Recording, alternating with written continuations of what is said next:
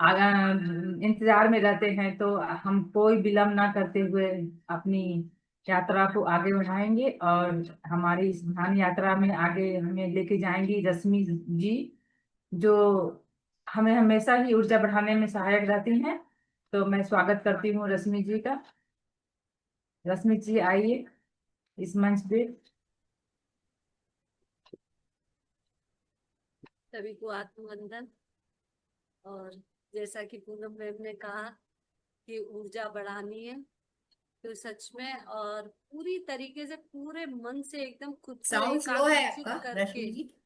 आवाज साउंड नहीं बहुत आ स्लो रही है। क्या? बहुत कम है। एक सेकंड।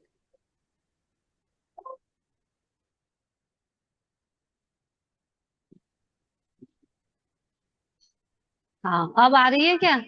हाँ। हाँ, तो सभी को आत्मवंदन।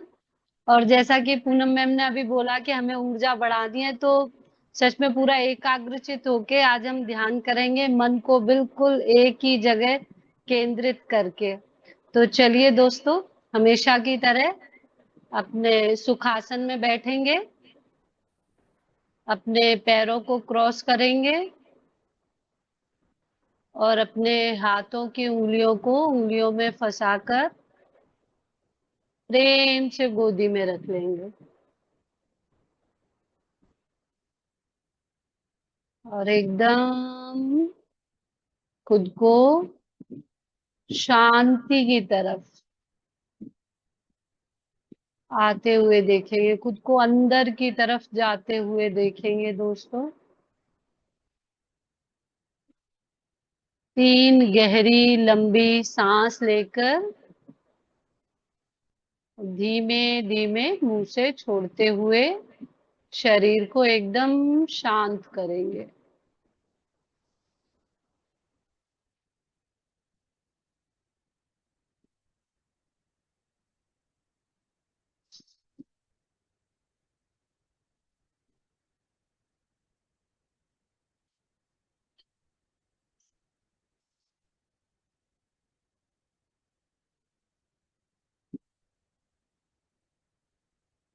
और अब धीरे धीरे आपका शरीर शांत होता जा रहा है।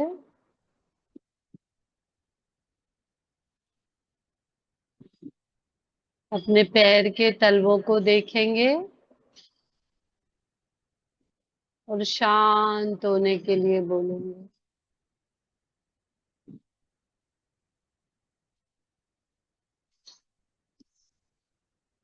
एड़ियां शांत,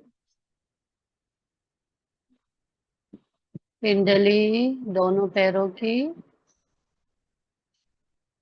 देखते हुए बोलिए शांत। दोनों घुटनों को देखिए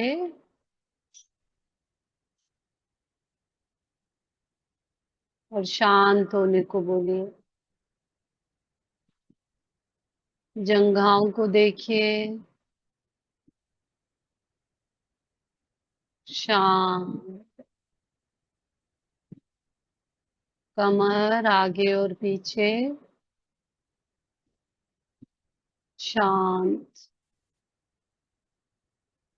रीढ़ की हड्डी को देखिए दोस्तों, बिल्कुल नीचे से लेके धीमे धीमे ऊपर की तरफ देखते जाएंगे और शांत होने को बोलेंगे।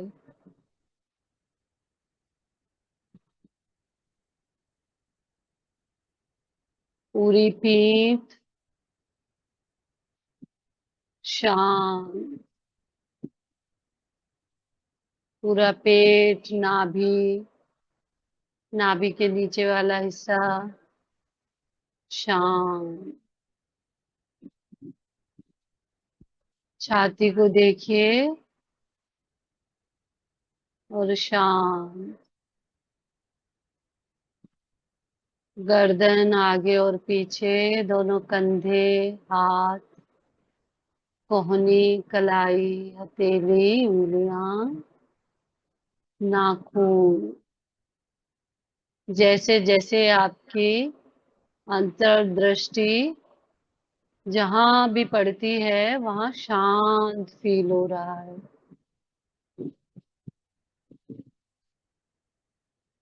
सिर को देखिए दोस्तों, ऊपर वाला हिस्सा और सिर के पीछे, कानों के पीछे वाला हिस्सा शांत। आपका माथा, आंखें, नाक शांत। आपके गाल, थोड़ी शांत।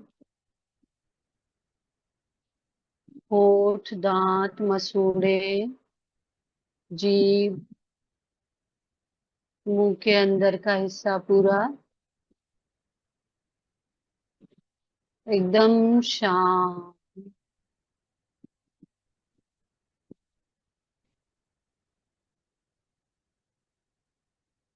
आपका शरीर एकदम शांत और स्थिर हो चुका है।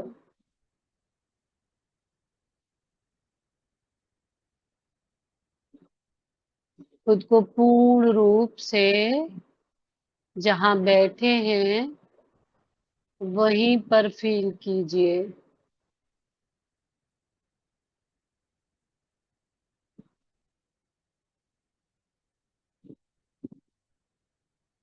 देखिए धीमे धीमे आपको कुछ इधर उधर की आवाजें सुनाई दे रही होंगी, उनसे भी आपको दूर हटकर अपने अंदर की तरफ देखना है।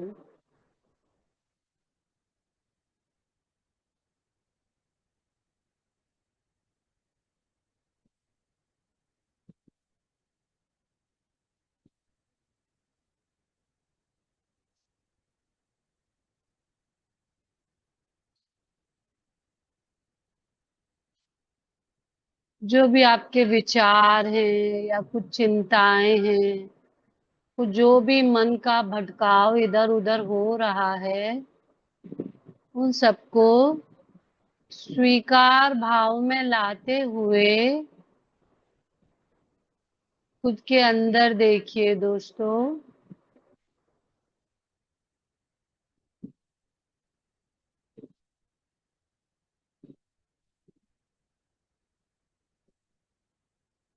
और अब अपनी सांसों पर आ जाइए।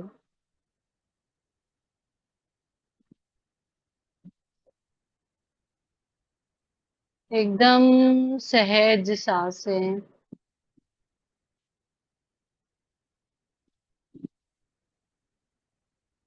जो नॉर्मल सांसें आपकी आपकी जो हमेशा चलती रहती हैं, पर कभी भी ध्यान से नहीं देखते उनको।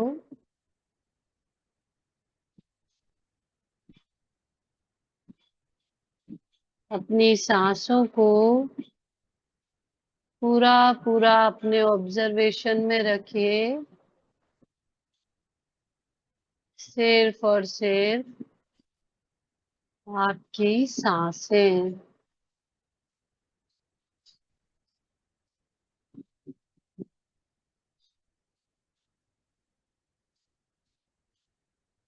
कैसे पूरी की पूरी अंदर जाते हुए फील कीजिए, और फिर उसी प्रकार पूरी की पूरी सांस को बाहर आते हुए भी फील कीजिए।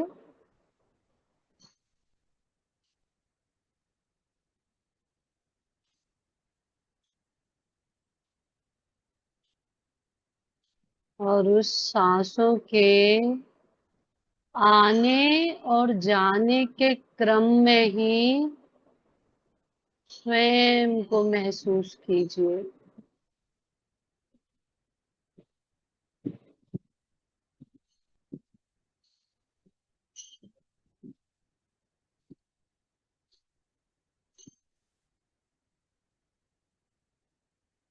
और जिन सांसों के आने और जाने से जो आपकी छाती ऊपर और नीचे जा रही है, पूरा का पूरा ध्यान उस तरफ ले जाइए।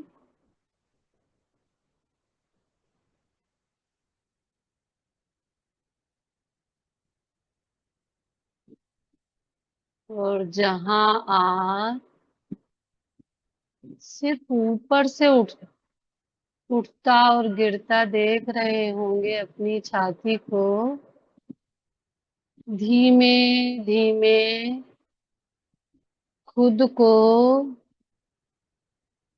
एकदम अपने अंदर जाते हुए देखिए, अपनी छाती के बिल्कुल मध्य में।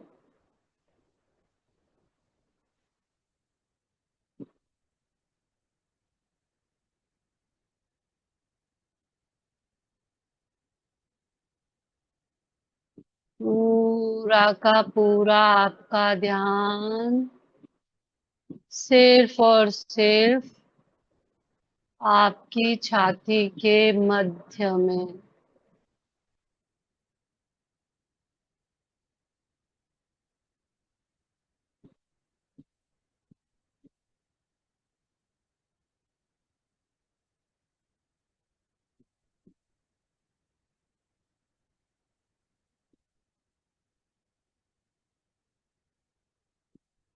पूरा खुद को सेंटर में ले आइए दोस्तों।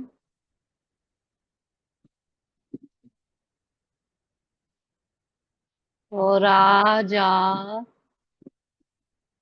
अपनी उस दिव्य चेतना को पूर्ण रूप से अनुभव कर पा रहे हैं।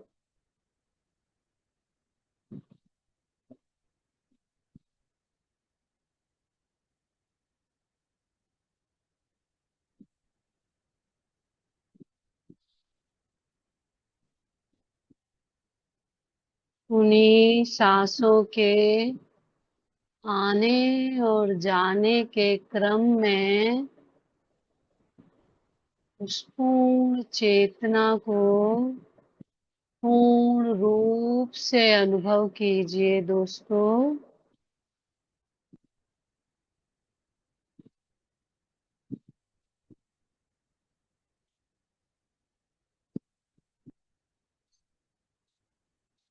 और गहराई से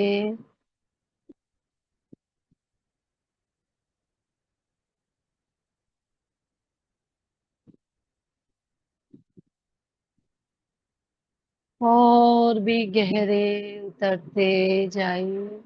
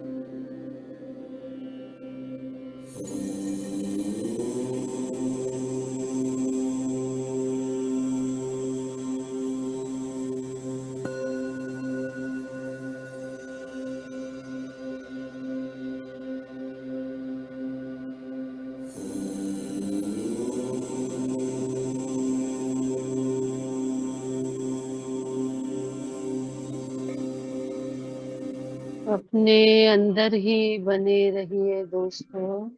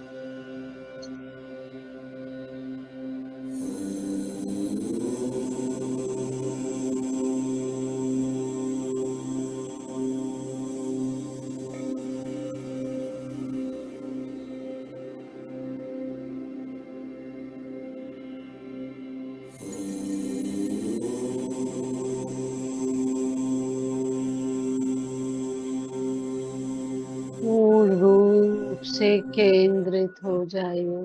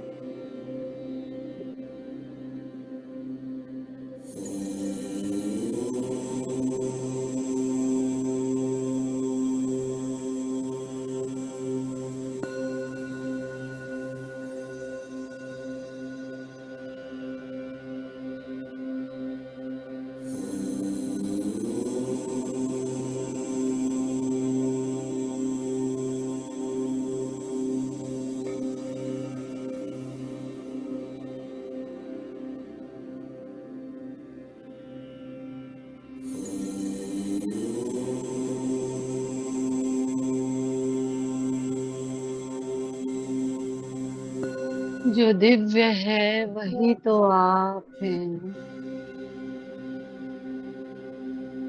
मूल रूप से स्वयं को उस दिव्यता में महसूस कीजिए। छाती के बीचों बीच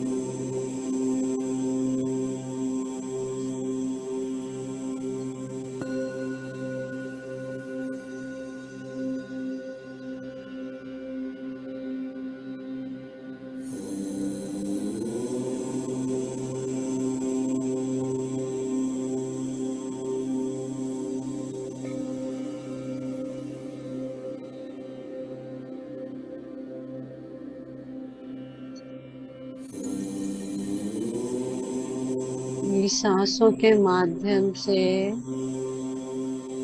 केंद्र में ही बने रहिए।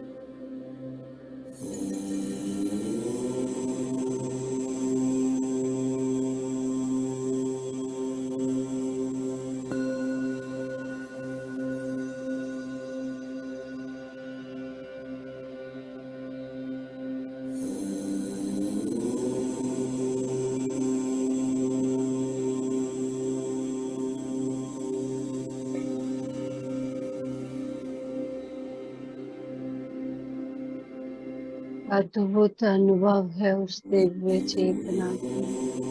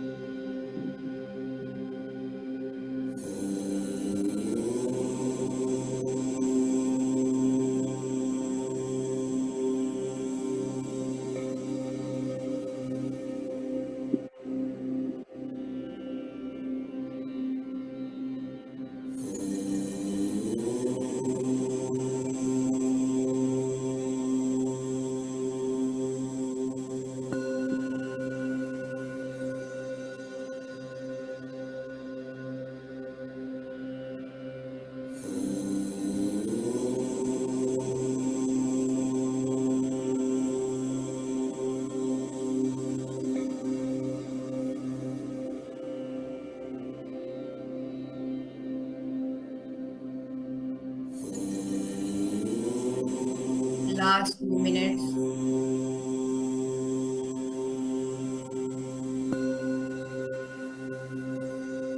धीमे धीमे खुद को अपने शरीर में महसूस कीजिए।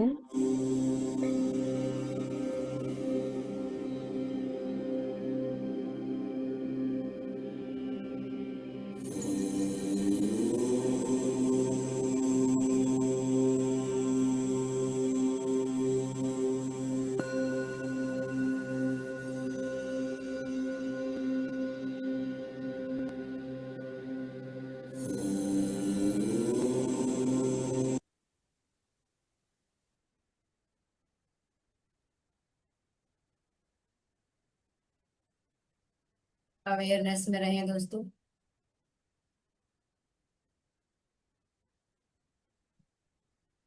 ऊपर से देखते हुए धीमे धीमे खुद को पूर्ण रूप से अपने शरीर में महसूस कीजिए। अपने शरीर को देखिए दोस्तों, अनुभव कीजिए अपने शरीर का। जहां आप बैठे हैं उसको फील कीजिए। जिस जगह पर बैठे हैं, जिस रूम में बैठे हैं, उसको पूर्ण रूप से फील कीजिए। जो आवाजें सुनाई दे रही हैं आपको, थोड़ा उन पर भी ध्यान दीजिए और अपने सर को देखते हुए नीचे आते हुए पूरी अपनी बॉडी को देखते जाइए। सर, चेहरा, कंधे, हाथ,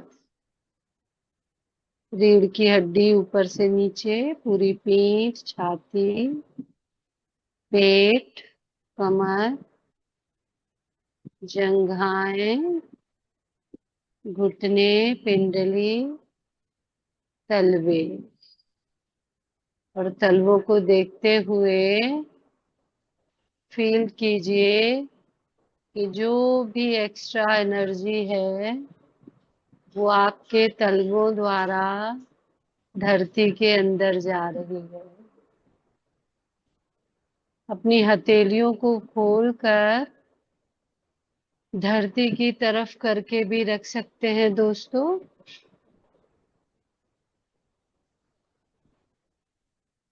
और अब अपनी हथेलियों को अपनी बंद आंखों पर रख लीजिए।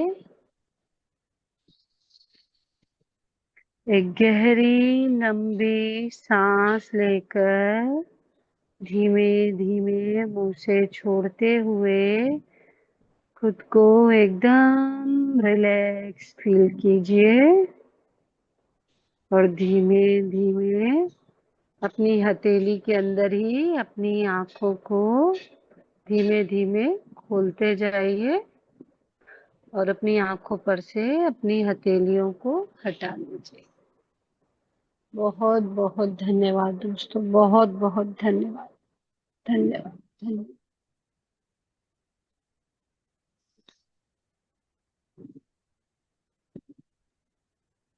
पानी पी सकते हैं आप लोग।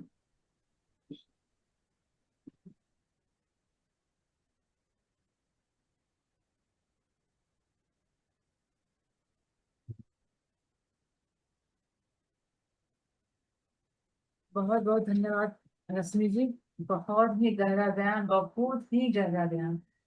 एक समय के लिए तो मैं एकदम खो ही गई थी, इतनी ज्यादा एनर्जी और एकदम बहुत ही ज्यादा डीप मेडिटेशन हुआ आज। और हर बार की तरह ही डीप मेडिटेशन हुआ। सबने अनुभव किया होगा थोड़ा बहुत, जिसने भी अनुभव किया है। लेकिन चलिए अभी हम लोग इसी ऊर्जा के साथ ज्ञान के सत्र में चलते हैं। जो ज्ञान का पिटारा का खोलेंगी राधा दी, बतानी आज उनके पिटारे में कौन सा ज्ञान है। चलिए हमारे साथ शेयर करेंगी राधा दी, आपको इनवाइट करते हैं। बहुत बहुत धन्यवाद मैडम। एंड रश्मि दी का बहुत बहुत धन्यवाद। इतनी ऊर्जा थी कि सब लॉस्ट हो गए थे। तो इतना अभी धीरे धीरे ऊर्जा और बढ़ती जा रही है।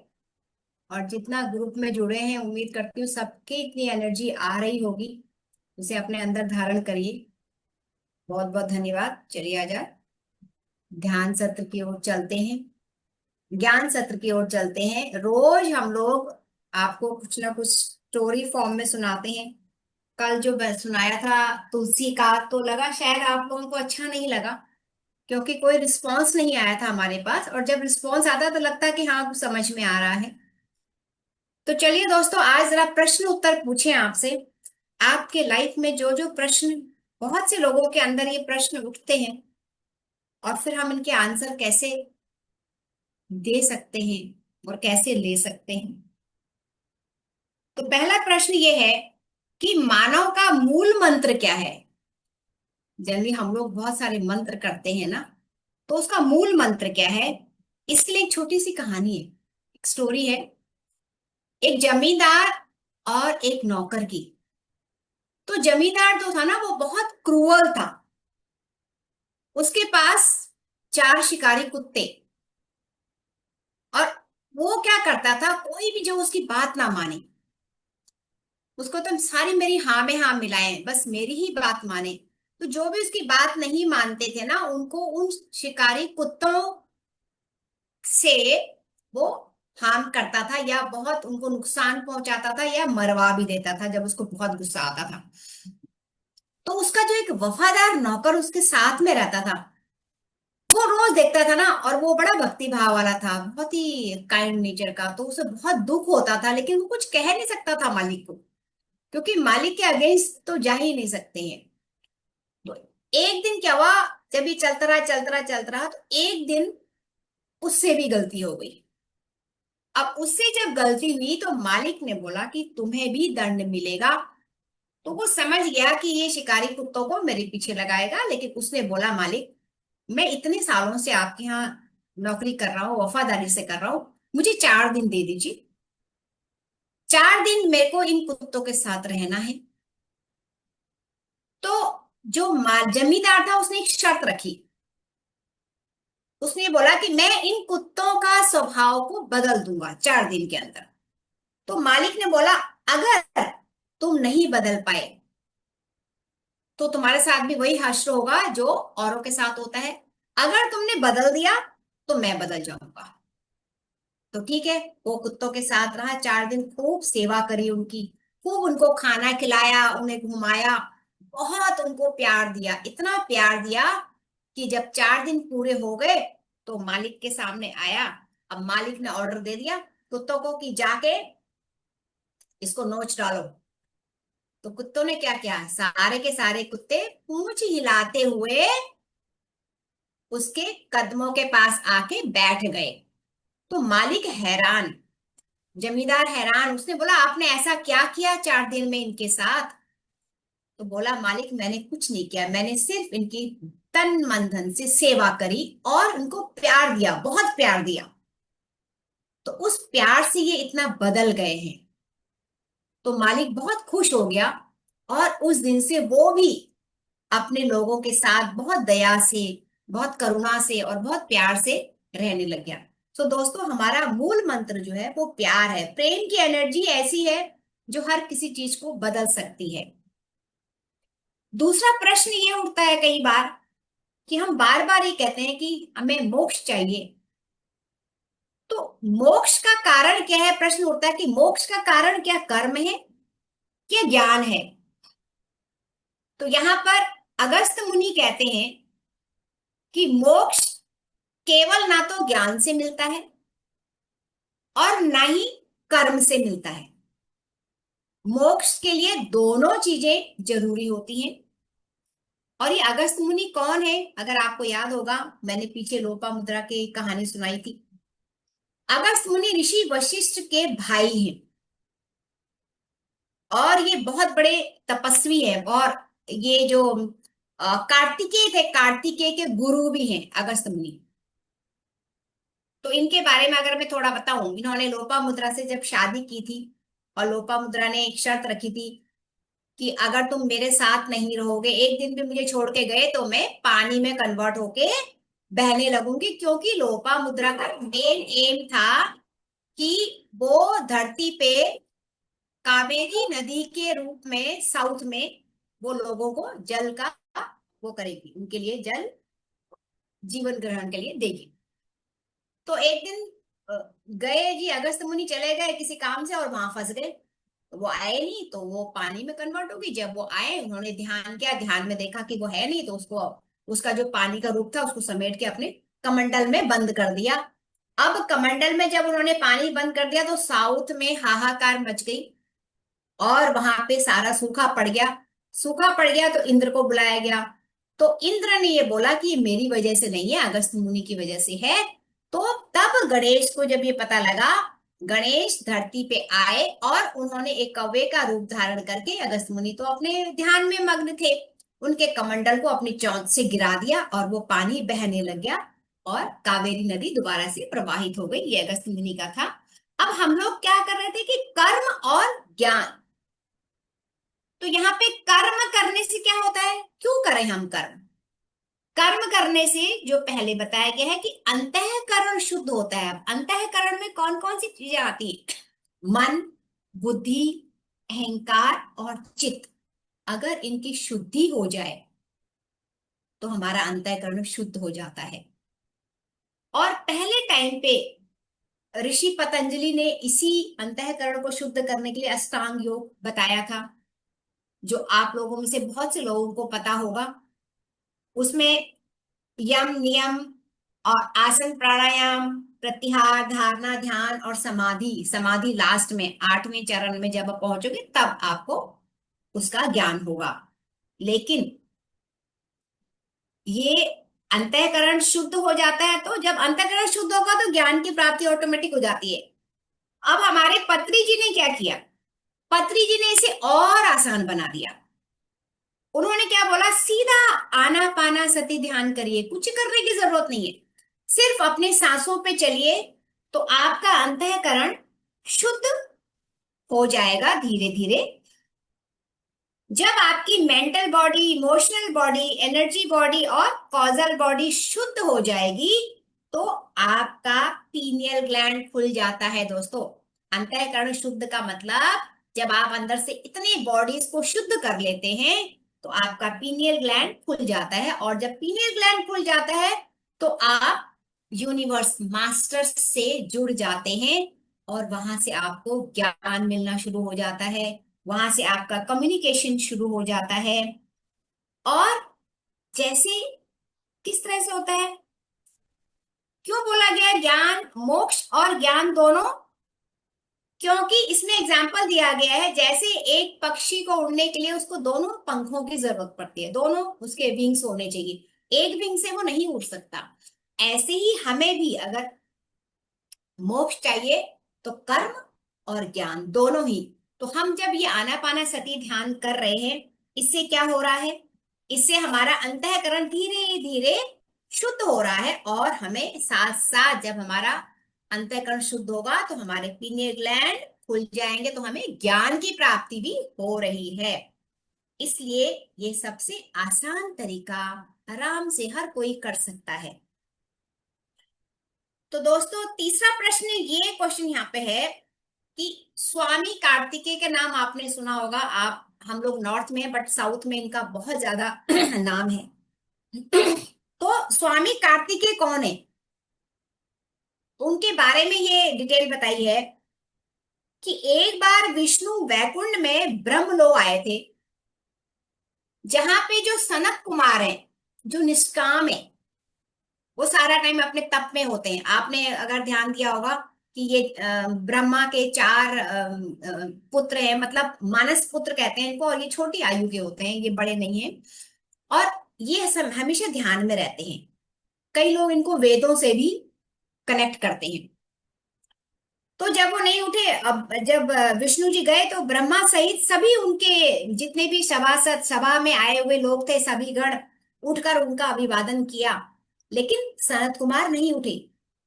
तो वहां पे क्या हुआ, विष्णु ने क्या बोला कि तुम्हें अपने निष्काम भाव की बहुत अभिमान है ना, तो ठीक है, तुम जाओ, धरती पे जाओ, और वहां पर तुम अपना जन्म देकर, उन्होंने बहुत गुस्से से बोला उसको, वहां पर तुम्हारा जन्म होगा और तुम्हारा नाम क्या होगा, स्वामी कार्तिकेय।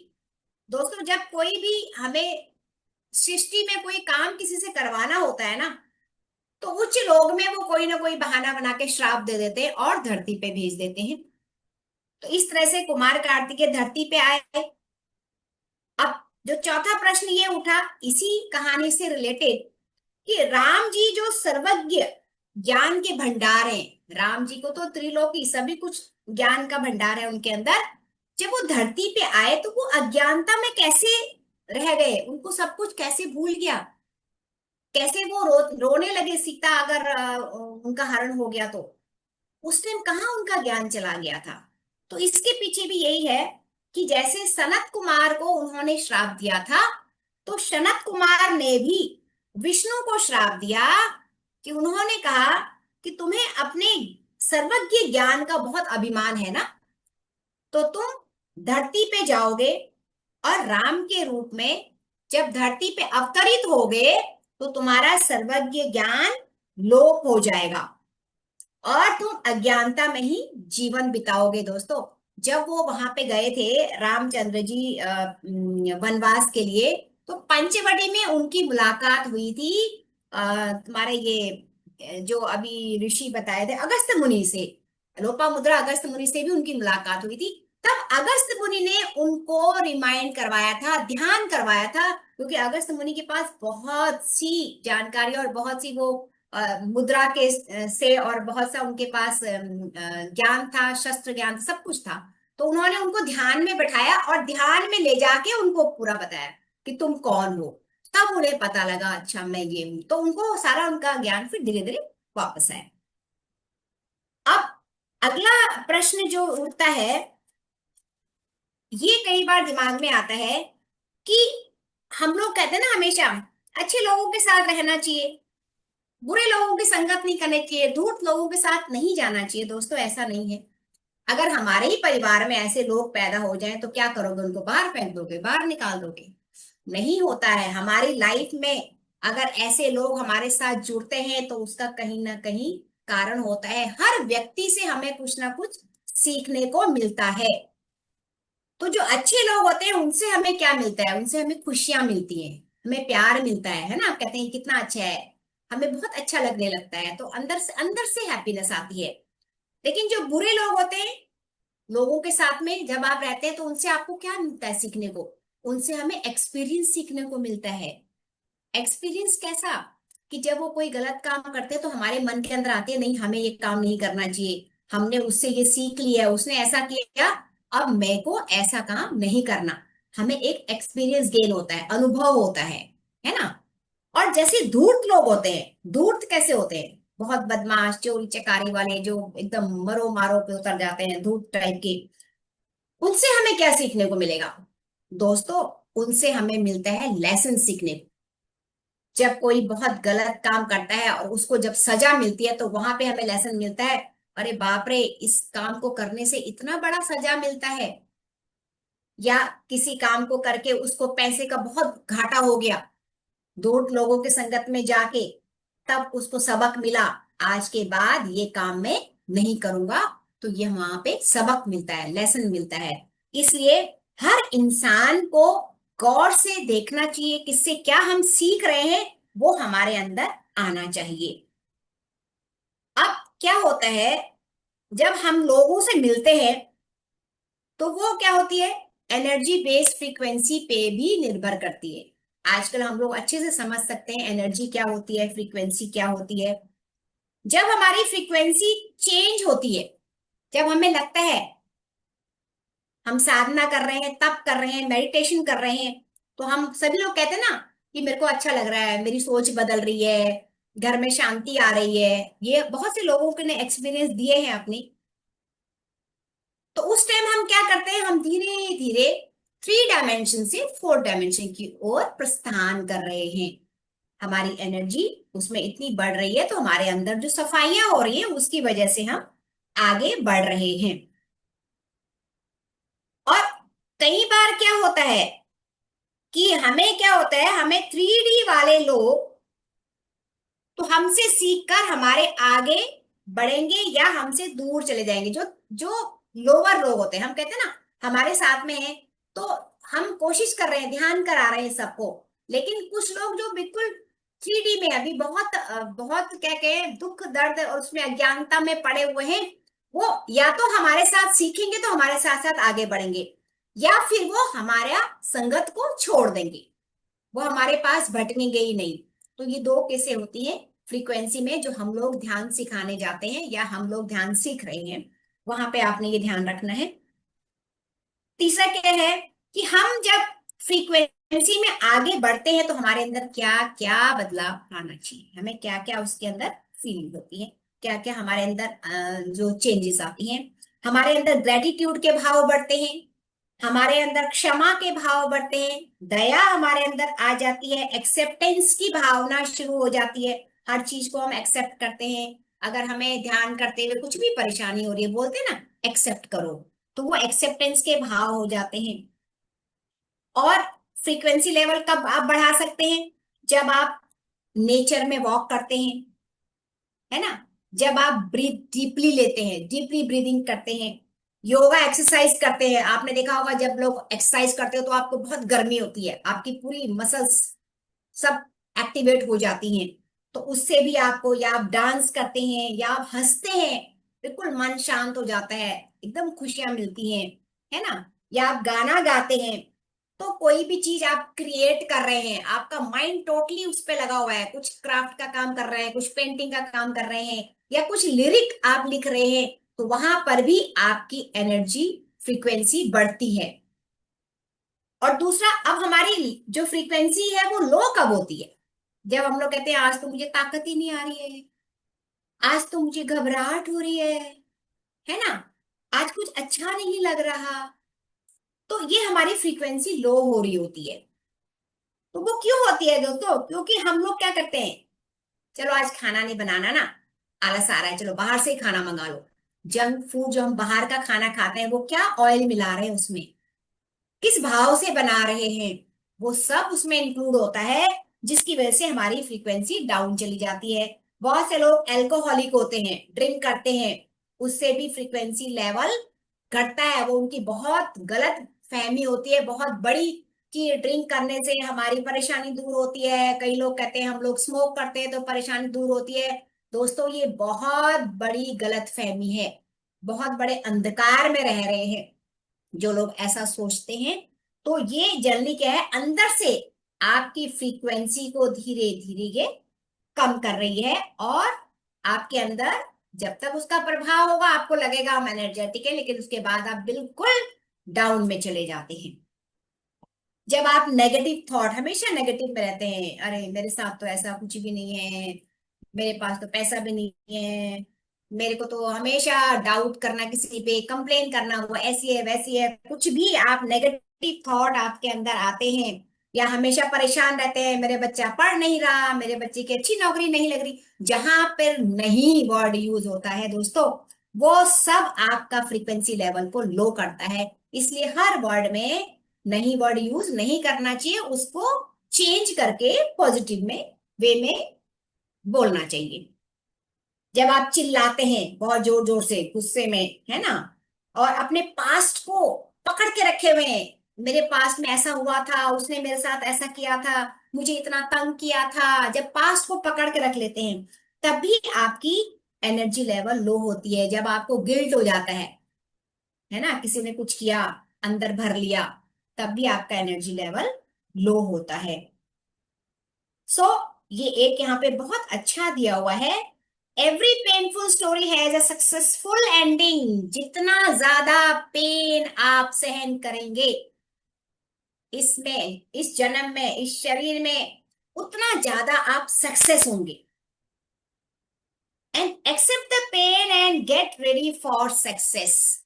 जब आप उसको एक्सेप्ट करते हैं, स्वीकार करते हैं, ठीक है मैंने कुछ किया हो कहीं पे, यूनिवर्स मुझे दे रहा है तो ये कहीं ना कहीं मेरे भले के लिए है, जब हम उसको पॉजिटिव वे में सोचते हैं और उसे स्वीकार करते हैं तो समझ लीजिए कि आप तैयार हो गए हैं आगे बढ़ने के लिए। अगला प्रश्न क्या उठता है मन में कई बार कि प्रकाश में रहने वाले देव, ऐसा क्यों कहा जाता है? प्रकाश में जो रहता है वो देव है और अंधेरे में जो रहते हैं वो राक्षस। या हम लोग जनरली कहते हैं कि राक्षस हमेशा अंधेरे में रहते हैं और देवता तो प्रकाश में रहते हैं। और ये हमने भी कई बार ऐसे बोला है कि अरे हमारे अंदर डार्क एनर्जी आ गई तो वो राक्षस है।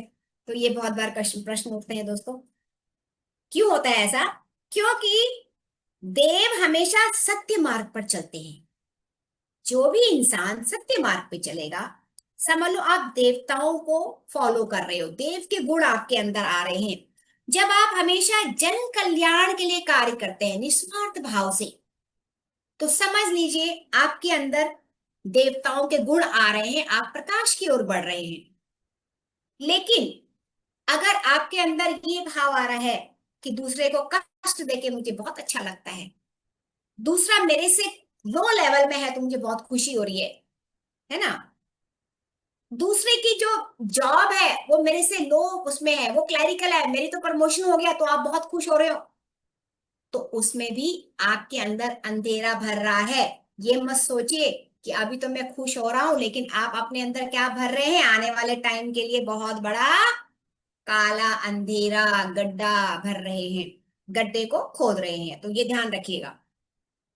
और सिर्फ अपने बारे में सोचना, सिर्फ मैं, मेरे बच्चे को ही प्रमोशन हो, सिर्फ मेरा ही घर बहुत अच्छा अच्छा हो, मेरे पास ही बड़ी बड़ी गाड़ियां हो, सिर्फ अपने लिए, स्वार्थ के लिए, अपने स्वार्थ के लिए सोचना, ये भी असुरों का गुण होता है। और हमेशा असत्य के मार्ग पे चलना, झूठ बोल के अपना काम निकलवा लेना लोगों से, झूठ बोल के लोगों को धोखा देना, ये भी राक्षसों का ही काम होता है दोस्तों। अंधकार ही मानव के, अब क्या है इस टाइम पे, पहले तो ये होता था चलो श्रीलंका है वहां पे राक्षस हैं, यहाँ पे चलो राम ने युद्ध किया वो पूरे को खत्म कर दिया, अस्त्र शस्त्र चले। पर आज के टाइम पे तो हमारे ही अंदर सब कुछ है ना, अंधेरा भी हमारे अंदर है, प्रकाश भी हमारे अंदर है। तो अब तो ये बहुत भी और भी आसान है हमारे लिए कि हम अपने अंदर के अंधेरे को कैसे बाहर निकाल सकते हैं। और पत्री जी ने इतनी अच्छी टेक्निक हमें बता दी है, तो क्यों ना हम उस पे काम करें, क्यों ना हम देवताओं के साथ प्रकाश की ओर चलें, क्यों ना हम सत्य मार्ग पे चलें। तो हमें इस पे मनन करना है दोस्तों, इस पे ध्यान देना है। अगला क्या है, हम ये बहुत से लोगों ने मेरे को प्रश्न किया कि मैम आप हमेशा ये बोलते हैं कि अंदर अगर डार्क एनर्जी है नहीं है, हमें क्या पता हमारे अंदर डार्क एनर्जी है कि नहीं है, वो कहीं दिख थोड़ी रही है, तो हम इसको कैसे पता लगाएं कि हमारे अंदर डार्क एनर्जी है या अंधेरा है? तो दोस्तों दोस्तों ये तो बहुत इजी है, अगर आप समझें कि अगर आपको ये लगता है किसी ने कुछ कह दिया, बच्चे ने कुछ कह दिया अपने घर में, है ना, तो एकदम से आपको गुस्सा भर जाता है बुरी तरह से कि इसको हिम्मत कैसे भी मुझे उल्टा जवाब देने की, मैं इसकी माँ हूं। समझ लीजिए डार्क एनर्जी अंदर आ चुकी है। और आपको कई बार क्या होता है कि हस्बैंड बहुत वो होते हैं, एरोगेंट होते हैं, आपको उनके कहने पे गुस्सा तो बहुत आता है, लेकिन बहुत घुटन होती है, मन नहीं करता घर में रहने का, मन नहीं करता इनके लिए खाना बनाए, वो घुटन में आप घुटे जा रहे हैं, घुटे जा रहे हैं। समझ लीजिए आपके अंदर डार्क एनर्जी का पूरा प्रभाव है, पूरी भरी हुई है। मन बहुत बेचैन होता है, कई बार बहुत से लोग बोलते हैं आज बहुत मन बेचैन हो रहा है, शारीरिक कष्ट हो रहा है, कभी दर्द, कभी ये कभी वो भी सारा डार्क एनर्जी का ही खेल है। तो वहां पे भी हमें समझना है कि हम डार्क एनर्जी के अंदर आ चुके हैं, इसे हमें निकालना है, और निकालने का बहुत आसान तरीका है। लेकिन जब हम उस डार्क एनर्जी को नहीं निकालते, हम लगातार ये सोचते हैं अरे मैं कैसे इसको निकाल सकती हूँ, अपने ऊपर विश्वास नहीं करते, अपनी सांसों के ऊपर विश्वास नहीं करते, तो धीरे धीरे क्या होता है, वो ही चीज बीमारियों से वो इंसान ग्रस्त हो जाता है। बीमारियां क्यों होती हैं, इस एनर्जी से ही होती हैं, और इसको ठीक भी हम ही कर सकते हैं दोस्तों। तो ये 10 प्रश्न थे आज के, और मैं चाहूंगी आप लोग इसको ध्यान से अपने अंदर कितना मनन कर सकते हैं आपके ऊपर है। और ध्यान जो हम करते हैं इतना अच्छा, हमेशा हमें पत्री जी का शुक्रिया करना चाहिए, हमें ग्रेटिट्यूड पे करना चाहिए कि हमारे को इतना आसान। नहीं तो पहले तो लोग क्या करते थे, अष्टांग योग करते थे, अब लोग है ना अंदर की एनर्जी को पॉजिटिव करने के लिए कितना साल लग जाते थे। अभी तो हमारे पास विद इन सेकंड, 1 घंटा 2 घंटा आप ध्यान करिए, फिर देखिए कितना चेंजेस आता है। तो हम ध्यान की ऊर्जा से अपने मन के अंधेरे को प्रकाशित कर सकते हैं। यही आज का प्रश्नोत्तर था दोस्तों। अगर आपको थोड़ा सा भी कुछ लगे कि हाँ हमें भी अपने अंदर लेना चाहिए, अपने को बदलना चाहिए, हम ही है जो हम अपने को बदल सकते हैं। दूसरे से उम्मीद लगा के बैठेंगे दोस्तों, कुछ नहीं होने वाला। हमारे को इतना आसान तरीका बताया है, उसको हम अप्लाई करें अपने ऊपर और अपने पर काम करें, तो देखिए आप कितना आगे, और प्रकाश में घर भी खुशहाल, बच्चे भी खुशहाल, और देवी देवता सब आपकी मदद करने को तैयार रहते हैं। बहुत बहुत धन्यवाद। मैं चाहूंगी अपनी खिड़कियां खोलें, क्योंकि मुझे ये लग रहा है मैं ज्ञान सिर्फ अपने को ही दे रही हूँ, कोई सुनने वाला नहीं है, कोई रिस्पॉन्ड नहीं कर रहा। सिर्फ एक और मेंबर्स होते हैं जो रिप्लाई करते हैं, लेकिन जो इतने सारे मेंबर जुड़े हुए हैं उनको भी आगे आना चाहिए, तो हमें पता लगे ना कुछ सीख रहे हैं या कुछ उनको समझ में आ भी रहा है कि नहीं आ रहा है। तो बहुत बहुत धन्यवाद सभी को। बहुत बहुत धन्यवाद राधा मैम। इतने अच्छे तरीके से मैम ने समझाया है। सच में जैसे मैम बता रही थी कि खुद के ऊपर खुद को ही काम करना पड़ेगा। ऐसा नहीं है कि जो बाहर कोई है या जो ज्ञान दे रहा है या जो ध्यान करा रहा है कि सिर्फ हम ध्यान करने से ही हम सब कुछ सही कर लेंगे। जब हम एक एक जो भी हमारे साथ घटना घटती है उसको जब हम ध्यान से देखते हैं ना कि हाँ ये हो क्या रहा है, फिर जब स्वयं के अंदर जाते हैं ना, जब पता पड़ती है कि मैं कहाँ गलत हूँ। मतलब ऐसी ऐसी जगह होती हैं कि हम इतने रेजिस्टेंस में रहते हैं और हमको पता ही नहीं होता कि हम रेजिस्टेंस में हैं। और जब हम रेजिस्टेंस में रहते हैं तो कितनी ही बीमारियां हमारा शरीर आकर्षित कर लेता है, खुद को ही नहीं पता चलता है। जैसे हम अपने जो घर का काम है ना उसमें भी कभी कभी हम रेजिस्टेंस में आ जाते हैं। ऐसे ऐसे मतलब कि अरे इतना सारा काम है, या परेशान होना किसी काम को लेके, या जो जॉब करते हैं वो अपने जॉब से कभी मतलब इतने परेशान हो जाते हैं कि मन नहीं करता करने का। तो जो मैम ने बोला ना कि स्वीकार भाव भी होना चाहिए। तो जो भी आप काम कर रहे हो या जो भी आपके साथ हो रहा है का मतलब कोई भी परिस्थिति आ रही है उसको आप स्वीकार भाव में लेते हैं ना, तो वो बहुत ही तुरंत सॉल्व हो जाती है। मैंने तो ये देखा है, ये बात मैं अपने अनुभव से ही कह सकती हूँ कि हमें लगता है हम बहुत सही हैं, हम तो किसी से कुछ बुरा बोल नहीं रहे या कुछ कह नहीं रहे, लेकिन हम कहीं ना कहीं रेजिस्टेंस में जरूर रहते हैं। वो जब आप स्वयं के ऊपर ध्यान देंगे ना, जब भी आपको पता पड़ेगा। हम अगर ये भी कहते हैं ना कि वो व्यक्ति गलत है, मैं उसके पास नहीं खड़ी होंगी, या वो लेडी है वो बहुत बोलती है, या ऐसा है तो मैं वहां नहीं जाऊंगी, या हम किसी के विरोध में भी रहते हैं ना तब भी हम रेजिस्टेंस में हैं। तो जो ऐसा है उसको भी स्वीकार भाव में जब हम लेते हैं ना, तो हमारा रेजिस्टेंस खत्म होता है, और जब रेजिस्टेंस खत्म होता है तब हमारा जो शरीर है फिर प्योरिटी ग्रहण करता है। तो इतनी सुंदर सुंदर बातों, इतनी गहरी बातों द्वारा राधा मैम ने जो हमें ज्ञान दिया है, उसको एक एक चीज को आप दोबारा सुनना और उसको अपने जीवन में अप्लाई करना बहुत ही अच्छी चीज है। और ये आप कर पाओगे, ऐसा नहीं है कर सकते, हम अगर ठान लें तो क्या नहीं कर सकते, है ना। तो ध्यान तो हम कर ही रहे हैं, और इन छोटी छोटी बातों से अपने को हमेशा खुद के ही ऑब्जर्वेशन में रखें दोस्तों। एक एक जो मैं बोल रही हूँ, जो मैं सुन रही हूँ, या जो मैं सुन रही हूँ उस पर मेरे क्या विचार आ रहे हैं, मैं क्या देख रही हूँ, मैं क्या खा रही हूँ। जब आप इतना खुद के ऊपर ध्यान देते ना, तब आपको सब कुछ समझ में आएगा कि असल में मैं कर क्या रही हूँ, और फिर आप स्वयं से ही स्वयं को ठीक कर सकते हैं। तो बहुत बहुत धन्यवाद राधा मैम, सच में इतने अच्छे तरीके से हमें इतना एकदम बता दिया कि क्या करना है और क्या नहीं करना है। बहुत बहुत धन्यवाद। अगर किसी का कोई प्रश्न है, कोई अपने अनुभव रखना चाहता है तो जरूर रखें, कुछ तो बोले यहाँ पे दोस्तों, दो अच्छा आज नए लगता है। मेंबर दिख रहे हैं, नीरा गुप्ता और सरिता श्रीवास्तव। यही तो बहुत बहुत धन्यवाद, बोलिए दीदी। आत्मवंदन सभी को। मेरी आवाज आ रही है आपको? अच्छा, हेलो। हाँ जी शैलजा दी। अच्छा आशा दी बोल रही है क्या? आवाज आ रही है मेरी भी? हाँ स्लो आ रही है थोड़ा। हाँ हाँ, आज ही असल में फुल टंकेश्वर पे भी एक प्रोग्राम हो रहा है, इस वजह से भी कुछ हमारे पार्टिसिपेंट कम जुड़े हैं, लेकिन कोई नहीं भी आज ये रंगसुनी जरूर यूट्यूब पे इसको डाल दीजिएगा। इतनी अच्छी जानकारी मतलब सभी तक जरूर पहुंचनी चाहिए कि कैसे हम अपने आप को हर एक्टिविटी से अपने आप को पहचान सकते हैं, कैसी भावनाएं उत्पन्न हो रही है, उसे सबको समझना भी बहुत जरूरी है।